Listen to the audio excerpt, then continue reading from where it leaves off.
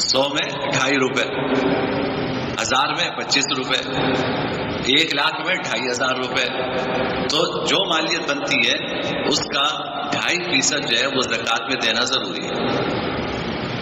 Cash بھی شامل ہے، یعنی نقد رقم رکھی ہے آپ کے پاس، یہ کیش ایکویلنٹ ہو. کیش ایکویلنٹ کا مطلب یہ کہ آپ کے پاس نقد رقم تو نہیں ہے، لیکن آپ نے کہیں کسی بینک میں فکس ڈپازٹ رکھوایا ہوا ہے، TDR رکھوایا ہوا ہے، یا بہت سے لوگ پرائز بانڈ لے کے رکھتے ہیں. وہ اگرچہ خریدنا درست نہیں ہے لیکن پرائز بانڈ رکھا ہوا ہے آپ نے. یعنی یہ چیزیں وہ ہیں جو کیش تو نہیں ہے لیکن ان کو کیش کرایا جا سکتا ہے، جس کو کیش ایکویلنٹ کہتے ہیں کہ اس کو کیش کروایا جا سکتا ہے، تو زکوٰۃ ہے اس کے اوپر. آپ نے کسی کے کاروبار میں پیسے انویسٹ کیے ہوئے تو اصل رقم پہ بھی زکوٰۃ ہے اور جو نفع ہے اس کے اوپر بھی زکوٰۃ ہے. تو کیش کسی بھی شکل میں رکھا ہوا ہو آپ نے، اس کے اوپر زکوٰۃ ہے. آپ نے شیئرز لے کے رکھے ہوئے تو شیئرز کی جو مارکیٹ ویلیو ہے، جو اس کی بازاری قیمت ہے، آج آپ نے لیا تو تھا اس وقت ایک شیئر 100 روپے کا تھا، آج وہی شیئر 400 روپے کا، تو آج اس کی جو بازاری قیمت ہے اس کے اوپر زکوٰۃ کی ادائیگی جو ہے وہ ضروری ہے. تو کیش کی شکل میں پیسے ہوں یا کیش کے مساوی ہوں، کسی انسٹرومنٹ کی شکل میں رکھے ہوئے ہیں، اس کے اوپر بھی زکوٰۃ جو ہے وہ لازم ہے، زکوٰۃ ضروری ہے، اس کا حساب کرنا ضروری ہے. بہت سے لوگ ڈیفنس سیونگ سرٹیفکیٹ بنوا لیتے ہیں. میں بارہا عرض کر چکا ہوں کہ بھائی یہ جو سودی انویسٹمنٹ کے طریقے ہیں ان سے بچنا چاہیے. ہم پوری زندگی حلال کماتے ہیں، حلال کما کر بڑھاپے میں حرام میں پیسے لگا دیتے ہیں. پوری زندگی اللہ حلال کھلاتے ہیں، جب بڑھاپا آتا ہے ریٹائرمنٹ کے بینیفٹس ملتے ہیں، گریجویٹی ملتی ہے، پروویڈنٹ فنڈ ملتا ہے اور مختلف فنڈز ملتے ہیں، تو جی اب بڑھاپے میں یہ خطرہ ہوتا ہے کہ اللہ کیسے کھلائیں گے. پوری زندگی اللہ نے کھلایا، جب بڑھاپا آ گیا اور یکمشت رقم ملی ریٹائرمنٹ کے بعد تو وہ اٹھایا اور اٹھا کے سودی اسکیموں میں لگا دی اور اب سود پہ گزارا ہو. یعنی قبر میں جب جائیں گے تو سود کھاتے ہوئے جائیں گے.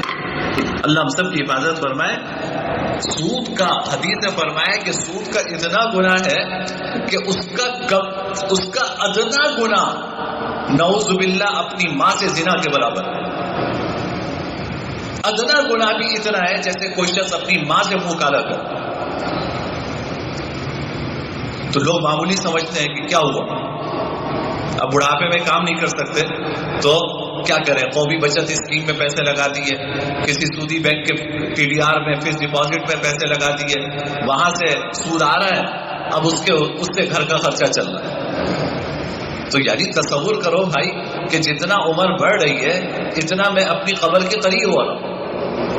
یعنی میرا عمر بڑھ رہی ہے، میں بڑھاپا نہیں کہہ رہا، جس کی عمر بھی بڑھ رہی ہے، میری بھی بڑھ رہی ہے، جوان آدمی کی بھی بڑھ رہی ہے، بوڑھے کی بھی بڑھ رہی ہے، بچے کی بھی بڑھ رہی ہے. تو جیسے جیسے عمر بڑھ رہی ہے ہمارا ہر قدم قبر کے قریب ہو رہا ہے، قبر سے دور نہیں ہو رہے آپ، ہر قدم آپ کو قبر سے قریب لے جا رہا ہے.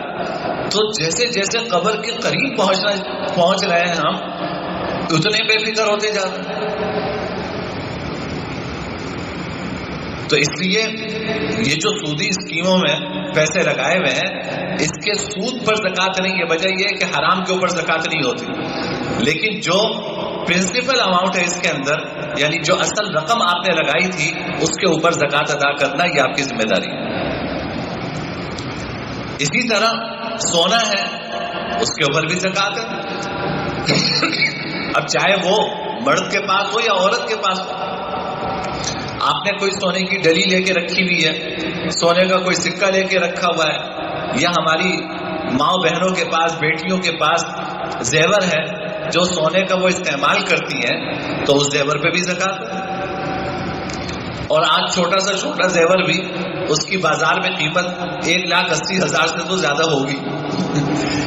یعنی اتنا مہنگا ہو گیا کہ چھوٹا سا چھوٹا زیور بھی اگر 2-4 انگوٹھیاں بھی رکھی ہوئی ہیں تو آپ بازار میں اس کی ویلیو دیکھیں گے تو اس کی قیمت فروخت وہ 1,80,000 سے زیادہ ہوگی. تو گھر میں بچیوں کے پاس اگر زیور ہے تو اس پر بھی زکات ہے. وہ خود ادا کرے. وہ کہتی ہے کہاں سے ادا کرے؟ تو بھائی ایک انگوٹھی بیچ دو. لیکن خواتین کیا بیچنے کا نام لینا اور وہ بھی زیور بیچنے کا نام لینا یہ بڑا جرم ہے. لیکن ہے تو زکات. اب ادائیگی کی صورت کیا ہے وہ تمہیں سوچنی ہے, وہ آپ کو سوچنی ہے کہ کیسے زکات ادا کریں. الحمدللہ ہمارے ہاں یعنی اللہ کا اتنا کرم اتنا شکر ہے ہمارے معاشرے میں نفسا نفسی کا عالم نہیں ہے. الحمدللہ باپ ہے تو وہ اپنی بچیوں کے زیور کی زکات بھی ادا کرتا ہے, شوہر ہے تو وہ اپنی بیوی کے زیور کی زکات بھی ادا کرتا ہے. بہت اچھی بات ہے. آپ ان کو ہر مہینے کون سا اتنا کیش دیتے ہیں کہ آپ ان سے کہیں کہ بھائی اپنی زکات بھی تم ادا کرو. بھائی اگر کوئی آدمی ہر مہینے اپنی بیوی کو 50-50 ہزار روپے جیب خرچی دیتا ہو تو پھر تو یہ کہتے ہوئے بھی اچھا لگتا ہے کہ بھائی جب زکات کا وقت آیا تو ہر مہینے میں نے تمہیں 50,000 روپے دیے ہیں تو اسی میں سے تم اپنی زکات بھی ادا کرو. لیکن اگر آپ ہر مہینے اس بیچاری کو جیب خرچی نہیں دیتے تو پھر اخلاقی طور پر, میں اخلاقی کی خیر لگا رہا ہوں شرعی طور پہ نہیں, اخلاقی طور پر پھر آپ کی ذمہ داری بنتی ہے کہ آپ جہاں اپنی چیزوں کی زکات نکال رہے ہیں وہاں بیوی کے زیور کی بھی زکات نکالیں, بچیوں کے زیور کی بھی زکات نکالیں. بات یہ ہے کہ اگر زکات نہ نکالنے کی وجہ سے کوئی آفت آئے گی تو کیا آپ اس آفت سے محروم رہیں گے؟ بچ سکیں گے اس سے؟ گھر میں ایک بیماری آتی ہے تو پورا گھر اس بیماری کی وجہ سے پریشان ہوتا ہے. تو اگر میری بچی پہ کوئی مصیبت آئے گی تو کیا میں چین سے بیٹھوں گا؟ میری بیوی پر کوئی مصیبت آئے گی زکات نہ نکالنے کی وجہ سے, اس کی کوئی نحوست پڑے گی تو کیا میں محفوظ رہوں گا؟ تو گھر کے سربراہ ہونے کی حیثیت سے آپ کی ذمہ داری ہے کہ اپنی زکات کی ادائیگی کی بھی فکر کرے اور اپنی بیوی, اپنی بچی, اپنی بہنوں, اپنی بہوؤں کی, ان کی زکات کی ادائیگی کی بھی فکر کرے کہ بھائی ہمارے گھر میں کوئی فرد ایسا نہ رہے کہ جس کی زکات ادا نہ ہو. جب یہ عادت ڈالیں گے نا انشاءاللہ تو یہ جو مال کی محبت ہمارے دلوں میں جڑ پکڑ جاتی ہے نا, یعنی بالکل راسخ ہو جاتی ہے کہ پیسہ نکلے نہیں کسی طرح, اس بیماری کا بھی علاج ہوگا.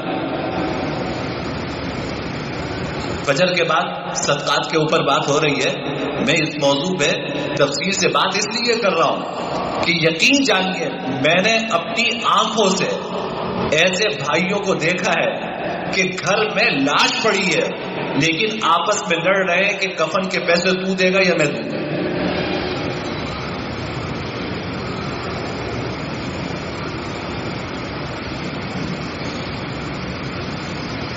اس بات پہ بحث ہو رہی ہے کہ کفن کے پیسے تو دے گا یا میں دوں گا.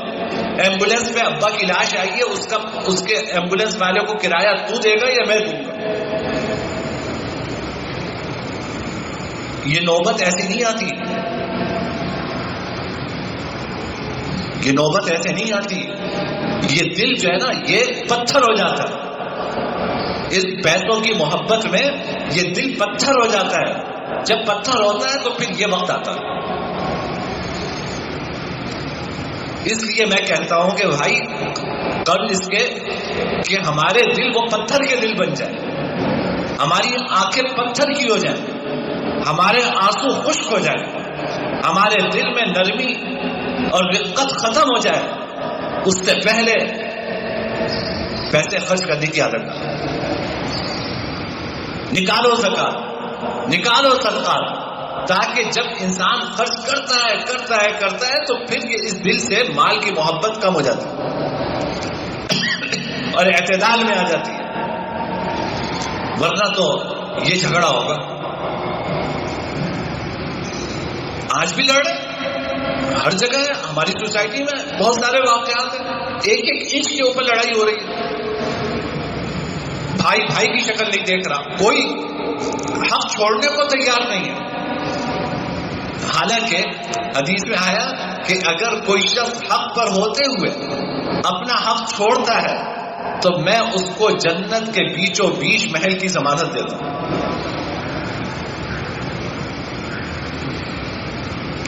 آپ صلی اللہ علیہ وسلم گھر میں تھے، باہر مسجد میں دو صحابہ آپس میں ان کی گفتگو کی آواز آئی آپ کو کہ آپس میں ذرا بحث و مباحثہ ہو رہا ہے، گرما گرمی ہو رہی ہے. یعنی ایک صاحب کا دوسرے پہ قرض تھا، وہ اس سے مانگ رہے تھے، وہ کہتے میرے پاس پیسے نہیں ہیں، تو آپس میں بحث ہو رہی تھی. تو صحابہ تھے.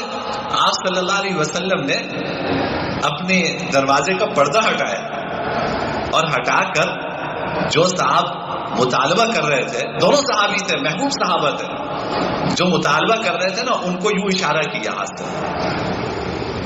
کیا مطلب اشارہ کرنے کا؟ کہ یار آدھا چھوڑ دو، جتنا ہے لے لو، بات ختم کرو. انہوں نے کہا یا رسول اللہ میں پورا چھوڑنے کو تیار. اتنا اشارہ کرنا کافی تھا کہ آدھا لے لو، آدھا چھوڑ دو، اس کے پاس نہیں ہے، یعنی صلح صفائی سے کام لے لو. حضور کا یہ اشارہ کرنا تھا. کہا کہ رسول اللہ پورا چھوڑنے کو تیار. لیکن یہاں پہ کوئی ایک بھائی چھوڑنے کو تیار نہیں. وجہ یہ ہے کہ یہ مال کی محبت ایسی پیوست ہے کہ 1 روپیہ جاتا ہوا بھی عذاب محسوس ہوتا. اسی لیے بھائی میں اپنے دوستوں سے کہتا ہوں کہ جب آپ اللہ کے راستے میں خرچ کیا کرو تو اللہ نے آپ کو توفیق دی، آپ اپنے بچوں کے ہاتھ سے خرچ کرو، اپنے بچوں کے ہاتھ سے دلواؤ. کئی رشتے داروں کو پیسے بھیجتے ہیں، اپنے بیٹے کے ہاتھ لفافہ بھیجیں. کیوں؟ اس کو بھی تو پتا ہو نا کہ بھائی میرے ابا یہ کار خیر کر رہے ہیں، اور اس کے ہاتھ سے جب دلوائیں گے نا تو انشاءاللہ اس کی تربیت بھی اسی طرح ہوگی کہ وہ بھی خرچ کرنے والا بنے. جب اس طرح کی کوئی مصیبت آتی ہے، جیسے فلسطین کا مسئلہ چل رہا ہے، تو یہ نہیں صرف اتنا نہ کیا کریں کہ آپ اپنے پاس سے فلسطین کے فنڈ میں آپ نے پیسے دے دیے. ہر بچے سے کہیں کہ بھائی تمہاری جیب خرچی کتنی جمع ہے تمہارے پاس. ہر ایک سے اس کی جیب خرچی سے پیسے نکلوائیں، چاہے 5 روپے نکلیں، چاہے 10 روپے نکلیں، لیکن شروع سے بچوں کی تربیت اس طرح کریں کہ وہ پیسے خرچ کرنے والے ہوں، وہ اپنے ہاتھ سے دینے والے ہوں. تو انشاءاللہ یہ بڑے ہو کر آپس میں پیسوں کے لیے باہم دستوں کی ریبان نہیں. لیکن جب وہ اپنے ابا کو دیکھتے ہیں، اپنے چچا کو دیکھتے ہیں، اپنے تایا کو دیکھتے ہیں کہ یار یہ پیسوں پہ لڑ رہے ہیں، کوئی 10 روپے چھوڑنے کو تیار نہیں ہے، تو آپ خود سوچئے کہ وہ بچے کیا سیکھیں گے. پھر آپ بڑھاپے میں جا کے شکایت کریں گے کہ میرا خیال نہیں کرتا. تو بھائی تم نے کون سا خیال کیا کہ جو تمہارا بچہ تمہارا خیال کرے گا. کہتے ہیں کہ جوانی میں آپ جو اسکرپٹ لکھتے ہیں، بڑھاپے میں وہ آپ کے بچے پڑھتے ہیں. میں نے کہیں لکھا ہوا دیکھا تو مجھے بڑا اثر ہوا میرے دل. یعنی جوانی میں جو آپ کہانی لکھ رہے ہیں، بڑھاپے میں وہ آپ کے بچے پڑھیں گے. اب آپ نے جوانی میں کیا لکھا ہے، وہی اسی لکھے کو دیکھ کر آپ کے بچوں نے ان کی تربیت ہوئی ہے. تو جو منظر نامہ آپ نے لکھا ہے، وہی منظر نامہ آپ کے بچے آپ کے بڑھاپے میں پڑھیں گے. پھر کس بات پہ روتے ہیں؟ تو اس لیے بھائی نقد رقم ہو، سونا ہو، چاندی ہو، مال تجارت ہو. مال تجارت کا مطلب جو سامان بیچنے کے لیے رکھا ہوا. مثلا دکان ہے، دکان میں بیچنے کا سامان ہے تو بھائی اس کی زکات ادا کرو.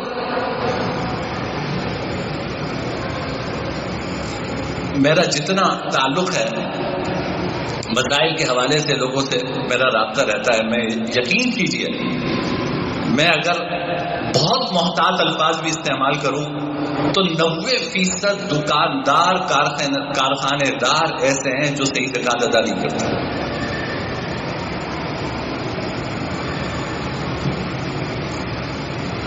زکات کے لیے تو کلوزنگ کر دیا کرو بھائی. سال میں 1 مرتبہ اپنی دکان کا سارا سامان، آج کل کمپیوٹرائز سسٹم ہے، آپ اس کے ذریعے سے دیکھو کہ کتنا مال تمہاری دکان کے اندر ہے. حساب کر کے اس کی زکات ادا کرو. کارخانے میں جو مال ہے، خام مال ہے چاہے تیار مال ہے، جو بیچنے کا مال یا اس کے لیے خام مال رکھا ہوا ہے اس کی زکات ہے، اس کی زکات ادا کریں. پلاٹ ہے آپ نے بیچنے کی نیت سے لیا، اب چاہے کسی بھی مقصد کے لیے بیچنے کے لیے لیا، آپ نے ایک پلاٹ لیا ہے اور یہ ارادہ ہے کہ بھائی جب بچی کی شادی ہوگی بیچوں گا. یہ پلاٹ لیا ہے کہ جب بچے کو تعلیم میں ضرورت پیش آئے گی تو بیچ کر اس کی تعلیم کی ضرورت پوری کروں گا، تو بیچنے کی نیت ہے نا، چاہے کسی بھی مقصد کے لیے ہو، اس پر زکات ہے.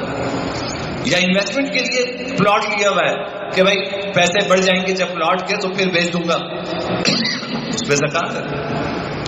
ہاں کوئی اپنی رہائش کے لیے آپ نے پلاٹ لیا تو اس پہ زکات نہیں ہے. بیچنے کا ارادہ نہیں تھا آپ کا، آپ نے اپنی رہائش کے لیے پلاٹ لیا ہوا ہے، اس پہ زکات نہیں ہے. لیکن جو انویسٹمنٹ کے لیے لیا ہوا ہے، بس اصول یہ سمجھیں کہ جو بیچنے کی نیت سے لیا ہوا ہے، اب چاہے کسی مقصد سے بھی آپ بیچیں، اس کی آج کی بازاری مارکیٹ ویلیو پہ زکات ہے. خریدی جس قیمت پہ خریدا تھا اس پہ نہیں. آج اگر آپ یہ پلاٹ بیچنے جائیں تو کتنے پیسے آپ کو ملیں گے، اس حساب سے اس پر زکات ادا کرنا ضروری ہے. تو ان ساری باتوں کا خیال رکھ کے زکات کی ادائیگی کی فکر کرنی چاہیے. ٹھیک ہے، میں عام طور پہ کہا کرتا ہوں کہ بھائی زکات کی ایک تاریخ آپ کی متعین ہونی چاہیے. زندگی میں چلو نہیں طے کی، اب طے کر دو کہ بھائی رمضان میں 1 رمضان کو ادا کروں گا، 15 رمضان کو ادا کروں گا، 28 رمضان کو ادا کروں گا. کوئی ایک تاریخ زندگی میں طے کریں اور اس تاریخ کو بیٹھ کر اپنا سارا کھاتا پھیلا کر حساب کتاب کریں کہ آج میرے پاس کیش کتنا ہے، سونا کتنا ہے، چاندی کتنی ہے، پلاٹ کتنے ہیں، شیئرز کتنے ہیں. ان سب کی بازاری قیمت لے کر زکات کا حساب کر کے یہ طے کر لیں کہ بھائی میری زکات بنتی ہے، فرض کریں 1 لاکھ روپے. اب ضروری نہیں ہے کہ آپ 1 لاکھ روپے فوراً ادا کر دیں، حساب ایک مرتبہ کرنا ضروری ہے. اندازے سے زکات نہیں ادا کیجیے، بہت خطرناک معاملہ ہے. آپ حساب ایک مرتبہ کر کے اب آپ نے طے کر لیا کہ میری زکات بنی 1 لاکھ روپے. اب یہ ضروری نہیں ہے آپ 1 لاکھ روپے فوراً ادا کر دیں. آپ اپنی ڈائری میں لکھ کے رکھیں کہ بھائی 1 لاکھ روپے زکات بنی ہے. اب ہر مہینے جیسے جیسے وسعت ہو زکات ادا کرتے جائیے، یا جیسے جیسے ضرورت مند سامنے آتے جائیں آپ اس طرح جو ہے وہ زکات ادا کرتے ہیں. بہت سارے لوگ ہیں ماشاءاللہ جنہوں نے ماہانہ باندھا ہوا ہوتا ہے، بیواؤں کا، یتیموں کا ماہانہ باندھا ہوا ہوتا ہے کہ بھائی ہر مہینے فلاں گھر میں 5000 روپے بھیجنے ہیں. تو اگر آپ نے ابھی ساری زکات ادا کر دی تو اس وقت مشکل ہوگی آپ کو. تو آپ حساب لکھ کے رکھ لیں کہ میری اتنی زکات بنتی ہے، پھر ہر مہینے جو دیتے جائیں اس کو نوٹ کرتے جائیں کہ بھائی اتنی زکات ادا ہو گئی ہے، اتنی باقی ہے. لکھنا اس لیے ضروری ہے کہ اگر آپ کی آنکھ بند ہو جائے تو بقیہ زکات آپ کے بچے ادا کر سکیں. اگر آپ لکھ کے نہیں رکھیں گے، کسی کو بتائیں گے نہیں، تو پھر آپ کے ذمہ زکات رہ جائے گی اور آپ کے ساتھ قبر میں جائے گی. تو لکھ کے رکھیں تاکہ آپ ادا نہ کر سکیں تو آپ کے گھر والے آپ کی طرف سے جو زکات رہ گئی ہے وہ ادا کریں. لیکن یہ کچھ ادا کرنا ضروری نہیں ہے، جیسے جیسے ضرورت مند سامنے آتے جائیں اس طریقے سے آپ جو ہے وہ زکات ادا کرتے رہیں. اور زکات دے کس کو سکتے کہ بھائی جیسے میں نے عرض کیا نا کہ 1,80,000 روپے یہ نصاب ہے. تو جس کے پاس 1,80,000 روپے کے برابر نہ کیش ہو، نہ سونا ہو، نہ چاندی ہو، نہ مال تجارت ہو، نہ اتنا ضرورت سے زائد ساز و سامان ہو، اس کو آپ زکات ادا کر سکتے ہیں. جس کے پاس 1,80,000 روپے کے برابر یہ چیزیں نہ ہو آپ اس کو زکات ادا کر سکتے ہیں. چاہے مرد ہو یا عورت ہو، رشتہ دار ہو یا غیر رشتہ دار ہو، سب کو دے سکتے ہیں زکات. بس صرف اپنے باپ دادا، اپنے بیٹے پوتے، یعنی آپ جن سے ہیں اور جو آپ سے ہیں، نسلی اعتبار سے، نسب کے اعتبار سے آپ جن سے آئے ہیں، جن کو ہم شریعت کی اصطلاح میں کہتے ہیں اصول، اور جو آپ سے ہیں یعنی آپ کے فروع، بیٹا، پوتا، ان کو بیٹی، نواسی، نواسا، ان کو زکات نہیں دے سکتے.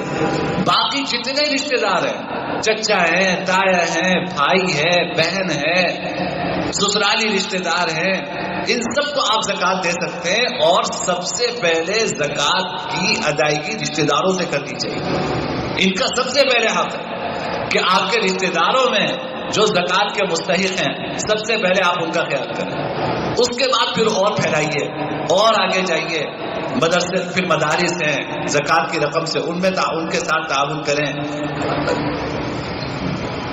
تو یہ جہاں مستحق ہیں ان سب کو زکوٰۃ کی رقم جو ہے وہ دی جا سکتی ہے۔ مسجد میں زکوٰۃ کی رقم نہیں لگا سکتے، کسی کنسٹرکشن میں زکوٰۃ کی رقم نہیں لگا سکتے۔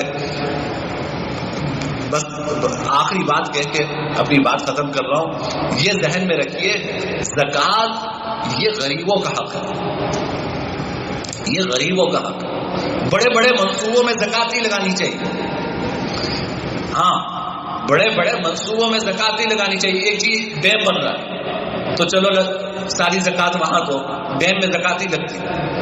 زکوٰۃ لوگوں کی شخصی اور ذاتی ضرورت پوری کرنے کے لیے شریعت نے فرض کی۔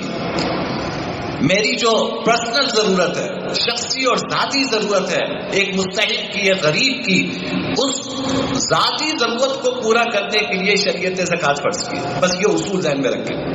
لہٰذا لمبے چوڑے بڑے بڑے پروجیکٹ سامنے لاتے ہیں لوگ اور کہتے ہیں کہ جی اس میں زکوٰۃ دو، بھائی پہلے اس غریب کا پیٹ تو بھرو جو تمہارا پڑوسی ہے، اپنے رشتہ داروں کی ضرورت تو پوری کرو جو زکوٰۃ کے مستحق ہیں۔ پھر اس کے بعد جو ہے یہ لمبے لمبے پروجیکٹ ہیں، ان کے لیے صدقات کی رقم، ان کے لیے صدقات کی رقم ہے، زکوٰۃ کے علاوہ بھی تو کچھ نکالنا چاہیے نا، تو وہ جو زکوٰۃ کے علاوہ نکالے اس سے یہ لمبے چوڑے کام کرے۔ زکوٰۃ جو ہے یہ غریب کی بنیادی ضرورت پوری کرنے کے لیے، اور اگر احتیاط سے زکوٰۃ نہیں ادا کریں گے، حدیث سے بڑی وعید آئی ہے، حدیث میں فرمایا ما خالطت الزکوٰۃ مالا الا اهلكته، زکوٰۃ کی رقم اگر کسی مال میں ملی بھی رہ جاتی ہے تو وہ اس کو بھی ہلاک کر کے چھوڑتی ہے۔ زکوٰۃ کی رقم اگر کسی مال میں ملی بھی رہ جاتی ہے، یعنی آپ کو زکوٰۃ دینی تھی آپ نے نہیں نکالی زکوٰۃ، تو جو اس میں پیسے رہ گئے زکوٰۃ کے یہ اس مال کو ہلاک کر کے چھوڑتے ہیں۔ اس لیے اللہ تعالی ہم سب کو اس کی توفیق عطا فرمائے کہ ہم احتیاط کے ساتھ زکوٰۃ کا حساب کریں اور زکوٰۃ کی ادائیگی کی فکر کریں اور زکوٰۃ کو ان کے مستحقین تک پہنچانے کی کوشش کریں۔ مسائل بہت ہیں، جو ذہن میں سوال ہو آپ کے تو کسی نماز کے بعد مل کر پوچھ لیے گا، یا جن مفتی صاحب سے آپ مسئلہ پوچھتے ہیں تو ان سے جا کے تفصیلی طور پہ معلوم کر لیجیے گا۔ اصولی باتیں جو ہیں وہ میں نے عرض کر دی ہیں۔ اللہ تعالی ہم سب کو عمل کی توفیق نصیب فرمائے۔ وآخر دعوانا الحمدللہ۔